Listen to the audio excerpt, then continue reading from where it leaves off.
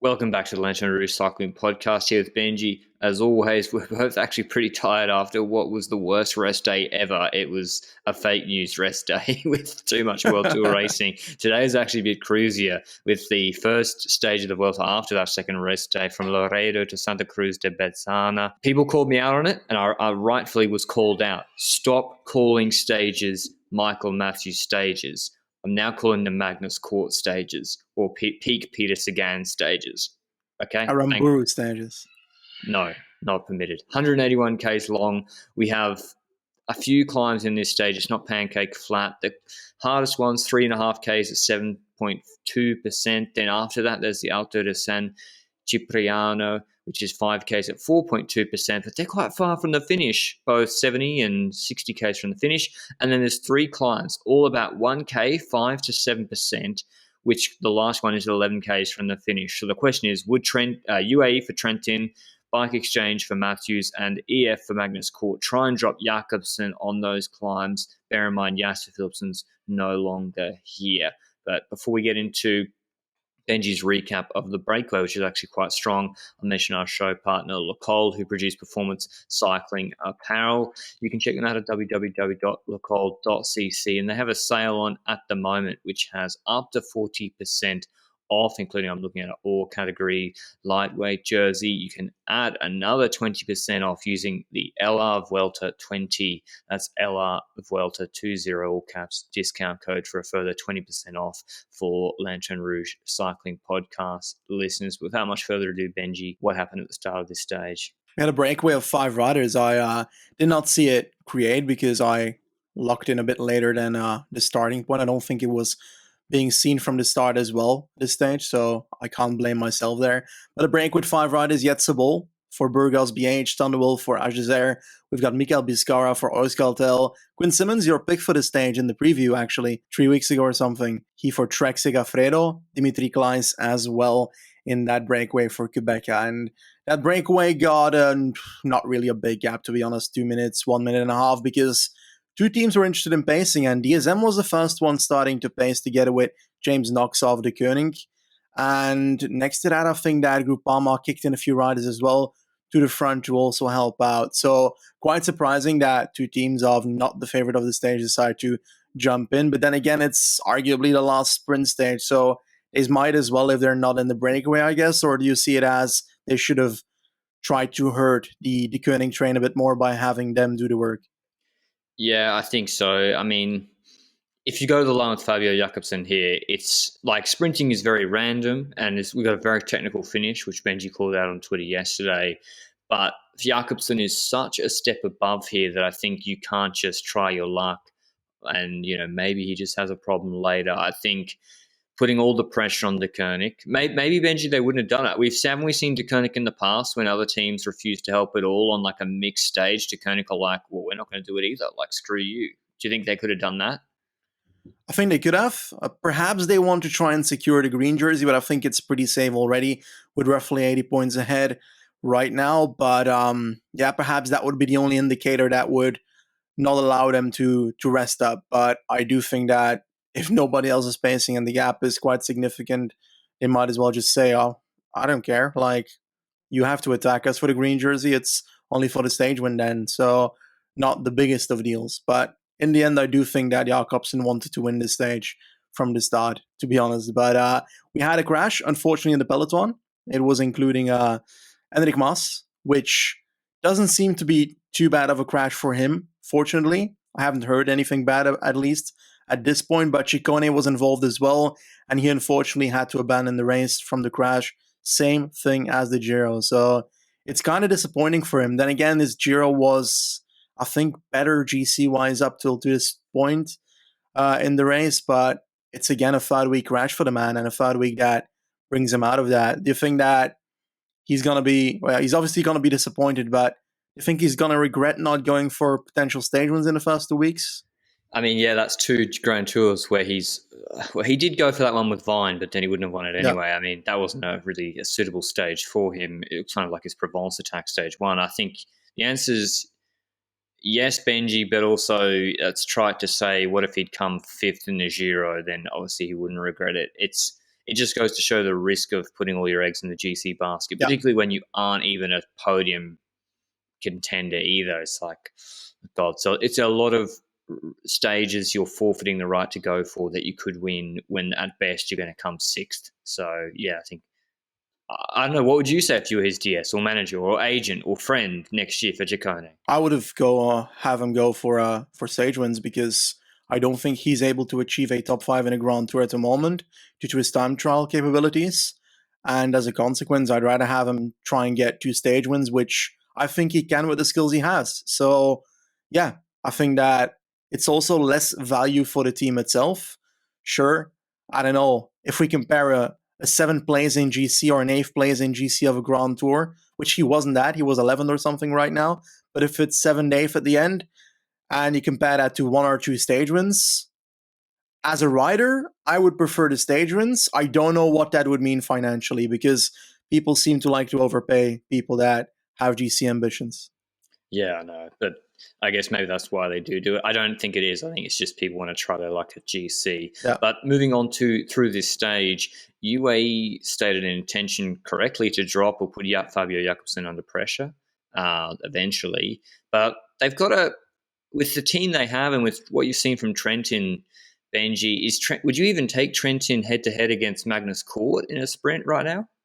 I would not, but they might not have the candidate to choose something different. But perhaps with an attack on the stage with Trentin on the last climb, for example. But the problem is that you need to put pressure on the competition to make that happen because otherwise they'll have the riders to catch you. So I think in both situations, if you either go for an attack or you want to try and sprint for him, you need to try and get the likes of the Koenig, a bit more tired. And I think that's what they tried to do here. Certainly, they tried to drop Jakobsen with roughly 50k to go on one of the hills. I think the one just before the intermediate sprint, the double one actually.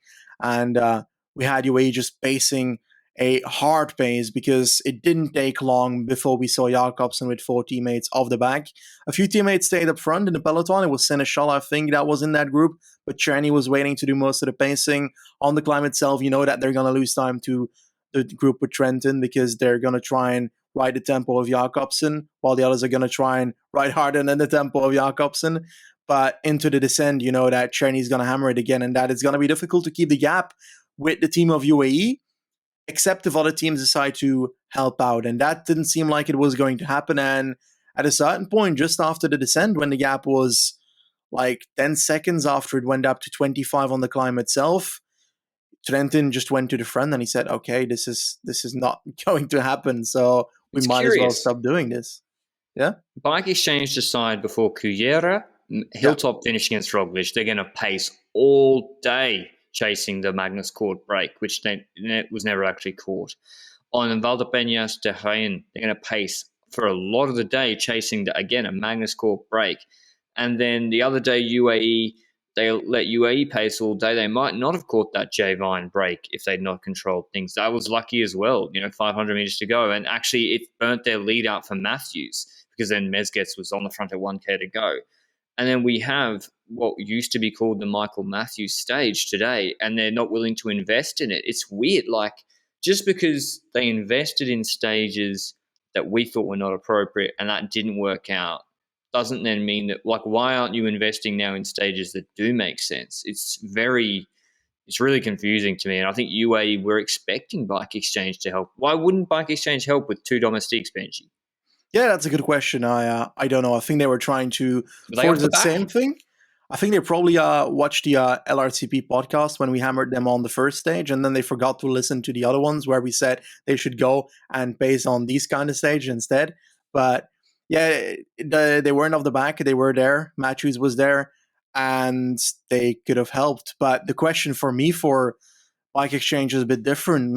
We've seen Matthews sprint the last 2 weeks, not at the capability of doing that well against the competition that he's up against. So the reason in the Tour de France that they went for Matthews every single time was because he was in the fight for the green jersey. He's not in the fight for the points classification anymore unless 3 people crash in this race of 4 people. So that's unlikely to happen.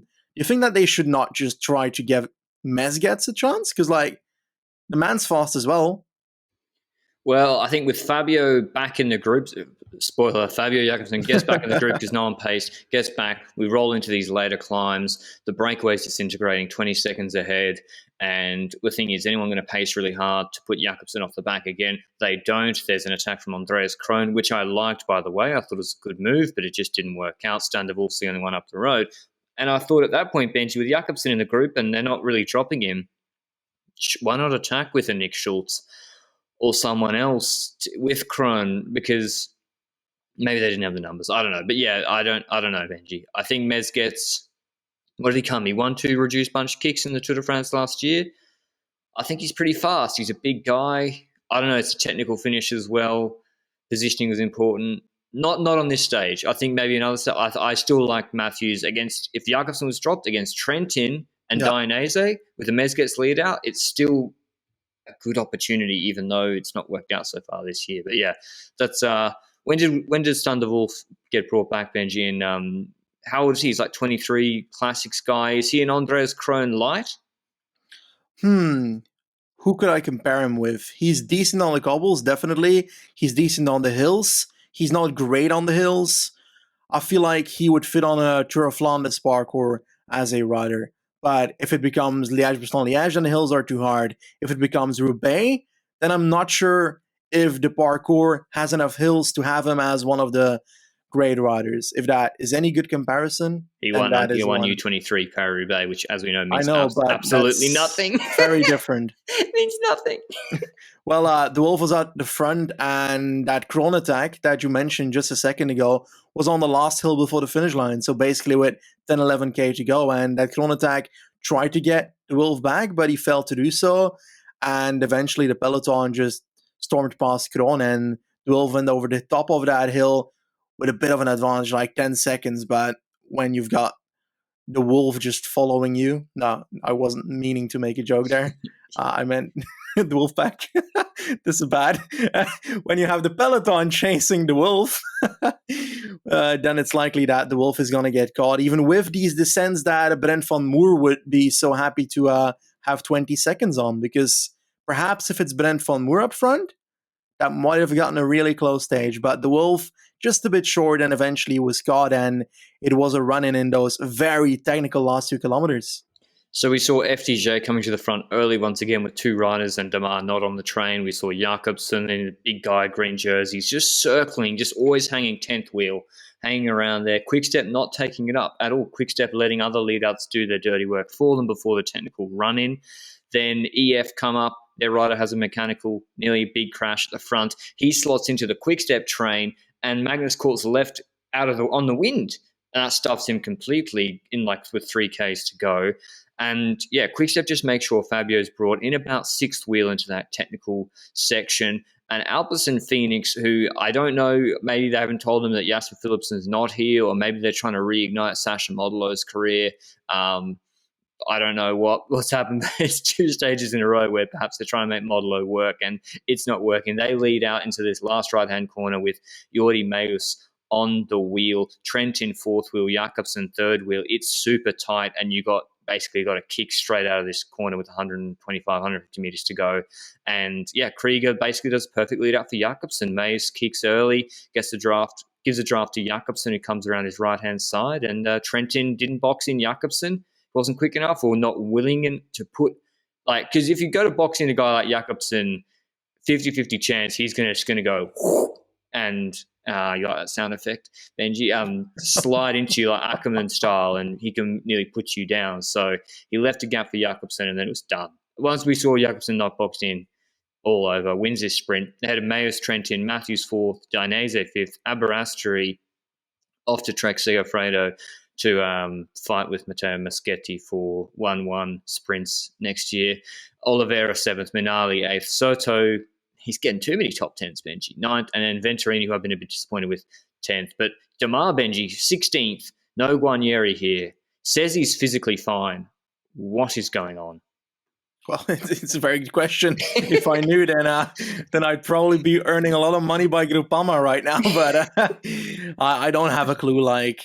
Arnaud Demar seems to be in a decent position with 3K to go, but by the time the sprint starts, he's completely gone. And yes, perhaps it's a lead out that is doing something, but I also think that the finish might be a bit too technical for him.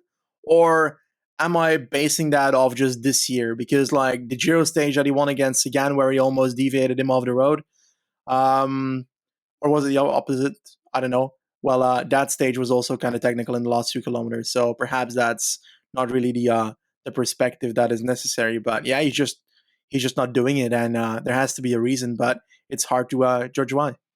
He looks like a boat without a rudder, without Jacopo Guarnieri here, who seemed to just be like, I'm not celebrating Demar's birthday during this Vuelta if I keep giving him lead outs and he keeps refusing to sprint, coming 12th. So, yeah, it's not looking good for Demar. I'm not sure. He looked good on the climb the other day. I think, is he doing Paris-Roubaix or Classics? It'll be interesting to see if he's actually better in those. But yeah, so to not be getting consistent top fives here is, even if you thought he was overhyped after the end of last year, it's still weird what's going on. But before we get into previewing tomorrow's stage, we've got a couple of things to ask of you before the end of the Vuelta a España. First of all, if you listen on YouTube or that's where you watch the podcast, make sure you subscribe. We're trying to get to 20,000 subscribers before the end of the Vuelta. So that makes a big difference to us, and we try to avoid spoilers at all costs on the YouTube channel. The second thing is, if you listen on podcast players, make sure to give us a review or a rating. I asked for a roast the other day and said I'd read out a good one. Here's one. 5-star review, thank you, from Dobos.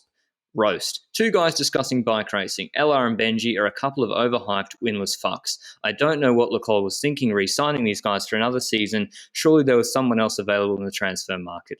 LR literally finishes last year at the Tour every year, and you would think as a Belgian, Benji would perform better in the Classics. Lost causes. Absolutely outstanding review. Love to see it, and I'd love to hear some more from everybody else. But tomorrow's stage, the stage 17, the first mountain stage, 186 k's long from Unquera to Lagos de Covadonga. We have 3 main climbs, 7.6 k's at 9.1%, with decent valleys between them, and then the last climb, 12.5 k's at 7%, which has some Ks are 10%, a couple of them. The others are like 7%.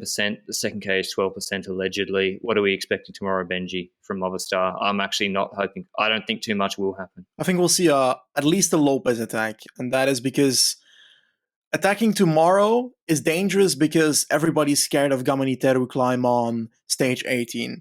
Now, tomorrow is quite climby, but it's got a lot of valleys in between the climbs. So are we even suggesting that this finish with GC Ride is winning? Because on paper, if they attack in the peloton to try and form a breakaway, perhaps on that first climb, the Alto de Ortigueru, sounds a lot like the climb at the end of the next stage. But on that climb, people can attack to try and form a breakaway. And there's such a valley after that it allows for the peloton to have a moment where Jumbo tries to get it all settled down and tries to get the gap to the breakaway very, very large if no one dangerous in it. So I dare to say that a break might win tomorrow. Well, I don't know, Benji. I think Adi Engels said that Guillaume Martin and Eiking can't be ignored. So I'm trying to find the quote. Here we go.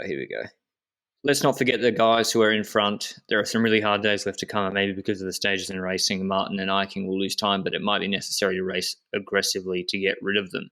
So maybe Jumbo-Visma will pace. I don't think they will tomorrow, to be honest. That's more a stage 20 or stage 18 problem. Those valleys are a problem, particularly with Movistar being short of domestiques and Caruso Bordet breakaway, or does Caruso not care anymore because he's so far behind now? Caruso, what do you mean? Not care about a stage win? KOM. No, I think stage win, of course. I think he'll still get a free roll to go in the break for a stage. I'd expect that, actually. If Landa doesn't get in the break tomorrow, then I don't know what he's doing at this Vuelta, frankly. This is perfect for him. Well, yeah, if he's in form, but right now I'm afraid that I just don't see it happening personally, although he was in the peloton today, so I guess that's something. Nonetheless, the last climb, it is a relatively difficult one. It's not the longest one of them all. And once again, I'm just GC-wise scared that people might be scared of tomorrow. And, well, the day after tomorrow, sorry. And that might lead to teams like Movistar not using Moss for an attack. I also don't know what the crash today with Moss did to Moss. So hopefully that did nothing to Moss. Then we have a battle on our hands for the next 2 days at least. And when it comes to Roglic, I expect him to be relatively defensively until perhaps the last 2.5 kilometers where he tries to go. But important here is that there's that small descent in the last 300 meters to the line, something like that. I recall that because did Lopez not win on this climb in the history of the Vuelta? I could be very wrong, but my mind just... I'm pretty sure Contador, did he? No, it was Farapona. He destroyed Froome on. I can't remember. But yeah, I think for Movistar, what I would do is pace the second last climb. Have a look at how Koos is looking, how Kruijswijk's looking. Pace that second last climb hard. Try and get rid of Omen, Bowman, Van Hooijdonk in particular. Have at least, it's hard to say this, try and have Verona up the road, pace the climb with Rojas and, they don't have anyone to do, Erviti, Oliveira, maybe have them and Verona pace the second last climb. And then don't attack too early on the last climb. Hopefully Roglic is isolated and then start to counter him or go 1 and 2 with Lopez and Mas with 5Ks to go on the climb. That's how I would play it, which is similar to what Ineos did, but slightly different on stage 9, which is you got to pace the second last climb hard to remove the domestiques, but then don't attack too early because then you leave yourself exposed to getting countered. Who's you picking for the stage, Benji? I kind of want to say Caruso, but it's a bit boring winning 2 stage and 1 Grand Tour, isn't it? Or should I go with it? That's a very good question. I don't think Bardet is going to do it, but I could also be wrong in that aspect. I think I might just stay with my my Caruso one, but I feel like I've been disappointed in the fact that Mader has not done much yet.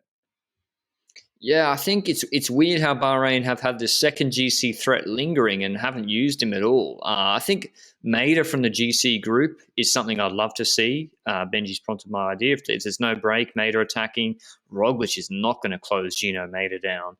Actually, that's not true. He would. But still, I would try, all jokes aside, with Mader in the last 1500 if it's been a slow climb in particular. Otherwise, out of the break, Bardet, Vine's a bit banged up. Mari van Sevenant. Who else? God, FDJ really needed David Carew here as well. Nick Schultz. Perhaps, I don't know. Champoussin, Bouchard in the break. They're the guys we'd like to see. But that's the recap of stage 15 of the World, 16 of the Vuelta a España. We are heading into the 3 or 4 last decisive days for GC. Hopefully we can get a shake-up. Hopefully, maybe old Christian Eiking hangs on in red tomorrow. You think he'll be in red tomorrow, Benji, after the stage? I'm gonna say yes. I say no. I think Eiking loses the jersey, but he's had a fantastic Vuelta so far. But thanks for all your support on the podcast, and we'll see you at the recap of Vuelta Stage 17 tomorrow, as well as Benelux Tour Stages 2 and 3. There's obviously the TT today. Until then, ciao.